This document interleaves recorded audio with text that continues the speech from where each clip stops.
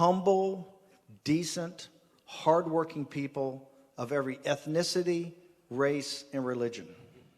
I just got back from 8 days in Japan, and I went to the United States. I spent 3 days talking about to working class people about the border, and then I went and met Bolsonaro in Brazil in Washington, D.C.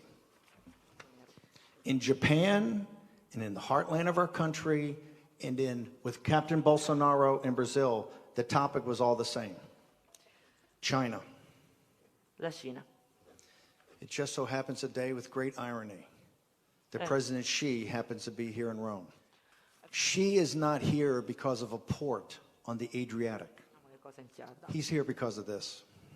The Chinese have a rapacious strategy of global domination in the concern of leaders and people from Japan to the heartland of the United States to Brazil understand this. This is not about the Chinese people. The Chinese people have their own deplorables called Old Hundred Names. I have a great love for China. I've been there since 1976. I've lived in China. I have a great affinity for the Chinese people. We're live streaming right now into China with people on their private VPNs to get around the Chinese firewall. President Xi is a totalitarian dictator on the cruelest system in the world today. One Belt, One Road, Made in China 2025, and the 5G rollout of Huawei, the convergence of that will give them complete, total domination of advanced manufacturing. Their concept is to absolutely break the Westphalian system. This is not me saying this, this is President Xi saying this. He went to Davos the week that Trump gave his inaugural address, and in Davos, they all worshiped him as the great savior of globalization and the globalization project. And the people in Davos, the consulting firms, the law firms, the investment banks, the commercial banks, all knew about the Uyghurs and the Dalai Lama in Tibet. And they knew about the persecution of the Christians and the persecution of the Catholic Church. They knew about all of it. They mocked and ridiculed Trump that week for defending the nation state in Washington in his inaugural address.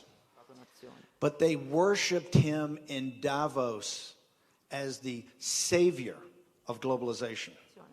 That's because the party at Davos has no moral authority, no sense of ethics, and no common decency. And the reason is they worship one thing, and it's money.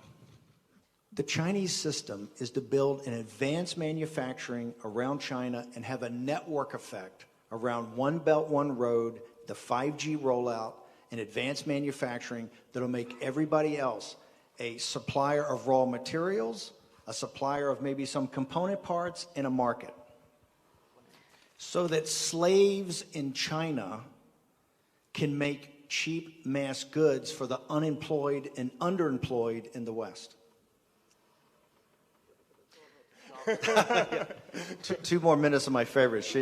2 more minutes. Is that I find it ironic that a party that thinks so highly of the environment could want to make a deal with the world's biggest polluter. Gilets jaunes is a result of having the little guy pay in taxes for Chinese pollution. As Matteo Salvini said, he would not ask or look one time at a foreign investor trying to buy your infrastructure, but 100 times.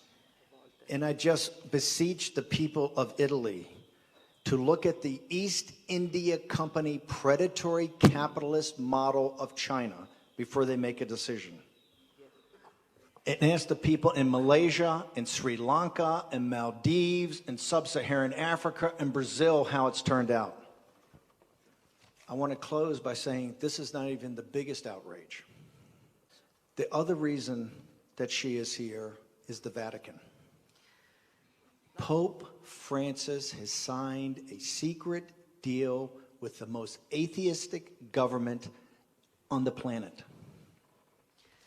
He has given a government, a radical cadre in the government of Xi and Wang Xinshan, total control of the selection of bishops among Catholics in China. Cardinal Zen of Hong Kong, who I would posit, along with the Dalai Lama, is one of the two holiest men in the world, has condemned this deal as a sellout of the living saints of the underground Catholic Church in China. I'm calling on the Pope to make that deal transparent. Every Catholic, every Christian, every citizen of China, every citizen of the world should be able to read every line of that deal. And I'm going to tell you why it's secret. Because there's a path in that deal that shows a pathway to show full diplomatic relations, full diplomatic recognition between the Vatican and the Chinese Communist Party. This library was founded by one of the great orders of the Catholic Church, predicated on the search for truth and the betterment of man. And it is a total and absolute disgrace that the Pope and his henchmen have signed a deal that sells out the living saints in China today. Thank you so much for having me. Grazie.